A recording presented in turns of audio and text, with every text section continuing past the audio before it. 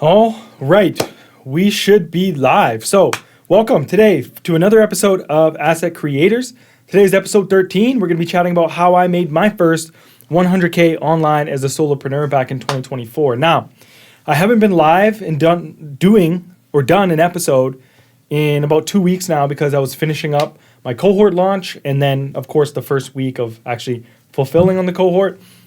So it's nice to be back. I'm excited to be back and keep diving into some of these topics with my fellow solopreneurs. So if you're a solopreneur today and you're watching this and you haven't made your first 100K online, what I really want you to do is sit down and try to find at least one key takeaway that you can apply to your business right away, okay? And if you're watching this and you're, a successful solopreneur, like more successful than me or more successful than making 100K online, well, I want you to watch this and just kind of compare your journey and see, did we make the same mistakes? Did we do the same things?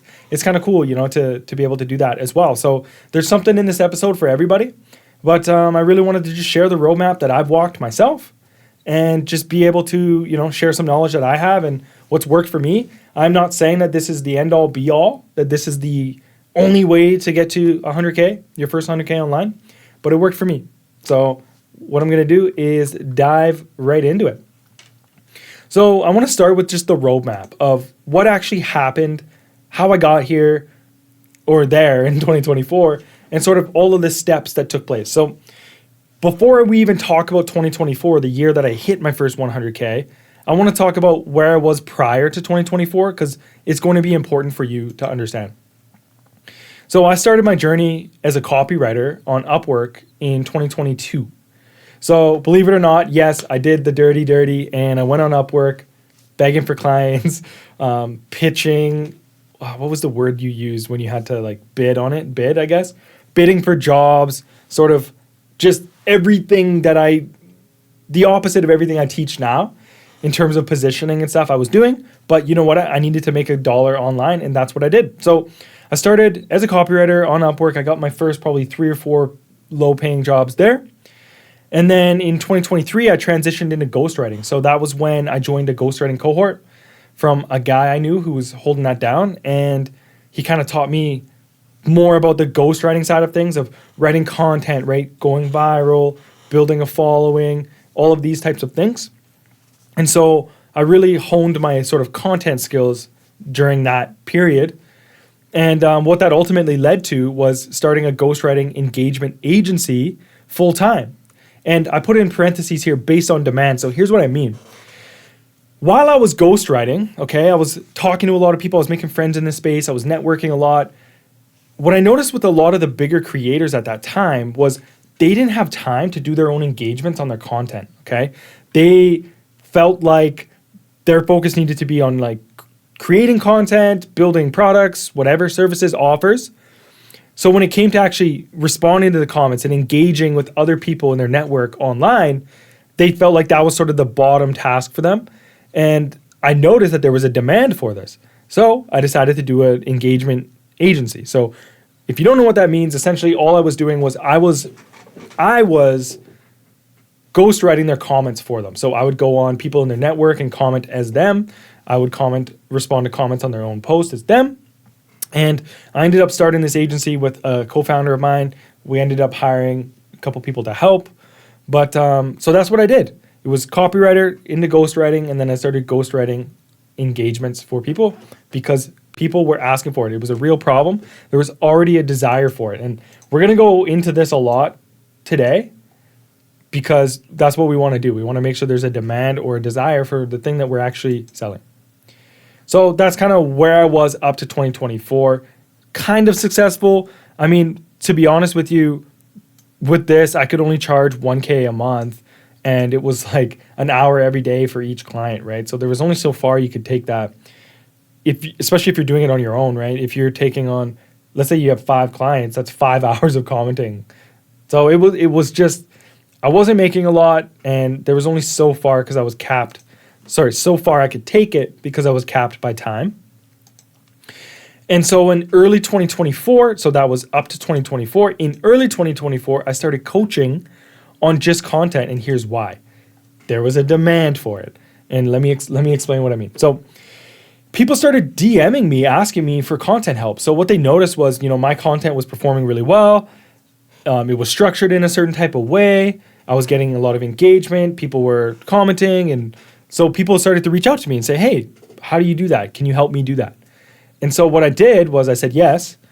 And I put together a package of 4 calls. So it was literally just 4 1-hour calls, one a week, where I would just go over, how to ideate, how to, write and structure your content, right? How to do all of pretty much everything involving content, okay?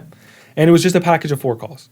And I started selling that ultimately at $500, but I worked with 3 people for free to start. So those first few people who reached out to me to, if I could help them, I just said, yeah, I'll do it for free if you just give me a testimonial. And if it goes well and you think it's worth it. They said yes. So I got 3 people in, and then we started to work. I helped them. They finished the program or the 4 calls or whatever, gave me testimonials. And then once I got those testimonials, I started charging $500 for the 4 calls. And funny little story here, I didn't actually add it in here, was the final client that I had who I charged $500 for. When he finished, he was like, Darian, this was so good. You got to start charging more. And that was my first time of even thinking of like, okay, maybe I'm underpricing this, right?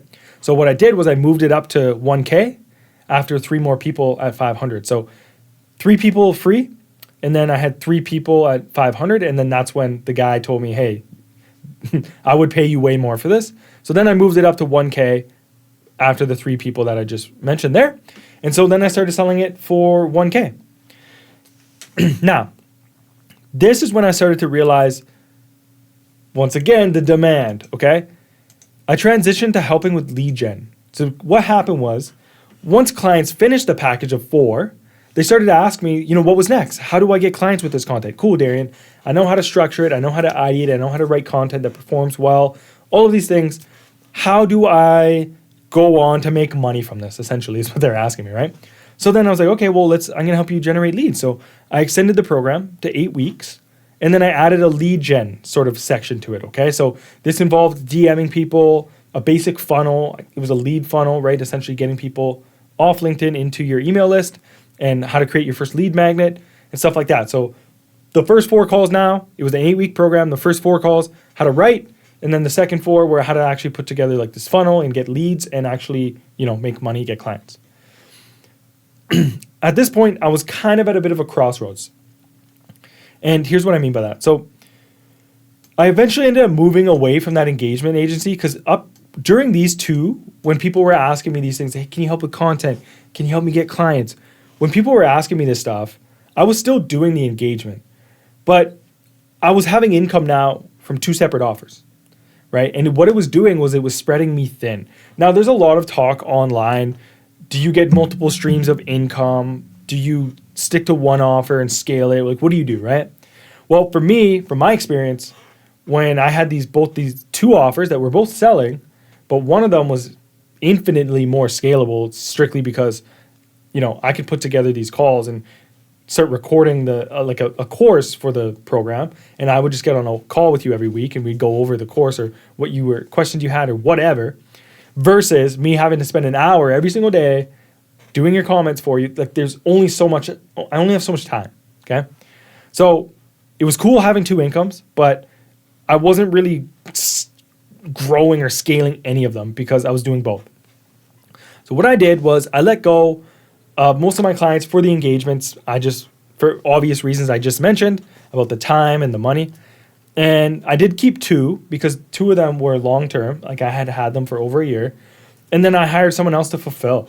So pretty much what happened was me and my co-founder decided, okay, we're going to shut the agency down. The guy who was helping us, we let him go. And then I just hired somebody else to just fulfill on those 2 people who we kept. And I was very transparent with them. Like, hey, I'm hiring someone. I'm training them. I'm going to review their stuff. But just, I'm not going to be doing these anymore. And they were cool with it because they had already been with me for a year. And then I just went all in with the one-to-one coaching and consulting. So this was a big moment for me because, like I said, it was kind of nice having 2 separate incomes, but I wasn't able to really commit or go all into any of them. And it was kind of just, I was in limbo, right? And so that's when I went full time on the one-to-one coaching and consulting. So when I finally decided to take the leap and I knew that this is what I'm going to do, I joined a high ticket coaching program from a guy named William Brown. You can look him up on YouTube or Instagram. He's very successful in the education, online business, or online coaching space and helping people do the same.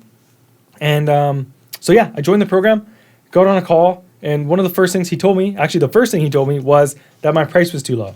So it's kind of a funny story. Something that I learned here was he asked me what my close rate was. And at the time it was absurd. It was, between 60 and 70%. And I thought this was something to brag about. I thought I was like, yeah, I'm really good at sales or whatever. And what he told me was like, dude, your price is way too low. Like you shouldn't be closing that high. It means your pricing is too low. And I was like, oh, okay. He's like, yeah, I know we want to close 100% of our clients or our sales calls, but you got to raise the price. And also because my offer was, helping people actually get clients and make money, it was just too valuable to be charging 1K what I was charging. So I immediately upped the price to 4K for the 8-week program. Here's the craziest part, right? I sold my next sales call or my next client on my next sales call. So after I raised the price, 4X'd my price. I went from 1K to 4K. I did not change anything. I did not change anything in the program at all, right? I didn't change the structure of it. I didn't change what I taught. The program stayed the same. I raised the price 4X. Boom. I closed my next client on the call, which was like eye-opening for me, right? And so that was like the biggest moment for me. It was like, okay, I can charge way more for this. And so what I did from there was I kept signing clients into this one offer, the one-to-one program, then refining the program based on feedback I was getting. So pretty much every client who came through my program, I would ask them to fill out a survey at the end and give me a testimonial if they thought it was great. I would also follow up with them in 6 to 12 months too to see if they would update their testimonial based on the results I got. But yeah, I was really, really adamant about getting feedback on the program and then improving the program. So every single feedback they would give me, I would ask them questions like, what do you think was missing? What do you think, or what do you wish I went deeper on? What did you like? All of these things. And I would just refine every single client who came through, gain more testimonials. And that's kind of how I grew to and hit my first 100K. Was through this one core offer, a one-to-one program that I just kept refining. I sold it at 4K for like the next 25 clients or something, 20 clients. And I didn't raise the price. I didn't change the program. And that hit me my first 100K. So some really big things here to take away would be, well, you know what? First, you might have your own takeaways. What I want to do is share my biggest takeaways from the roadmap, okay? So my first biggest takeaway is for your first 100K, just get one offer rolling and rolling well, and then get multiple offers after. So I know I kind of mentioned this already about, do you have multiple streams or do you have one offer? What do you do, right? I would say, based on my experience, for your first 100K at least, get that one offer going extremely, extremely well. Because having like 3 offers that are each bringing you in like a couple grand a month it's just going to be too complicated for your mind, right? There's context switching. You're going to be building 3 different things. It's too much. But if you can just get 1 to 100K, and once you get it to 100K and you're doing well, then maybe you can think about adding something else. Even then, though, I wouldn't even suggest it. I haven't made my first $1 million online yet, but I'm probably just taking this one offer to $1 million. And then from there, I can start looking at other things. But so yeah, that was the biggest thing for me. Once I went in on the one offer that was doing well, and I just went all in on that, that's when my revenue and my income just started to, snowball. Okay. That's the first one. My next biggest takeaway is you can charge more than you think if the value is there.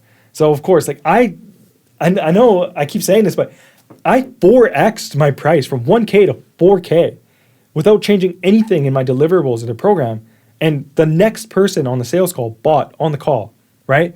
So you can always charge more than you think if the value is there. Obviously, I put the if the value is there because if you're watching this and you've never worked with a client, do not go and charge 4K, okay? As you can see, when people started DMing me about it, I worked with 3 people for free. And then I only charged 500. And then I went to 1K, right? I didn't start at 4K. So get really good at the thing you're selling, right? Wow your clients. Make it the best product or service you can make it, right? And then you can probably charge more than you are. Always, the next one is always watch for demand and what people desire. This is the biggest thing that I'm working on right now in my business as well currently, is building demand and understanding that like people already have desires, and even building demand, it's kind of a weird way to say it because you can't like create demand, right? You want to channel the demand or the desire that's already there. And this is the thing that I'm learning and I'm implementing I'm really focused on implementing that into my business right now is, okay, where is there already demand? Where is there already desire? Okay. And how can I channel that? Right. And then, limit my supply so the demand is still high, things like that. I can do a whole nother video on that because, it's a big topic, but, when it came to the engagement agency, right? People were just telling me, hey, Darren, I'm struggling with this.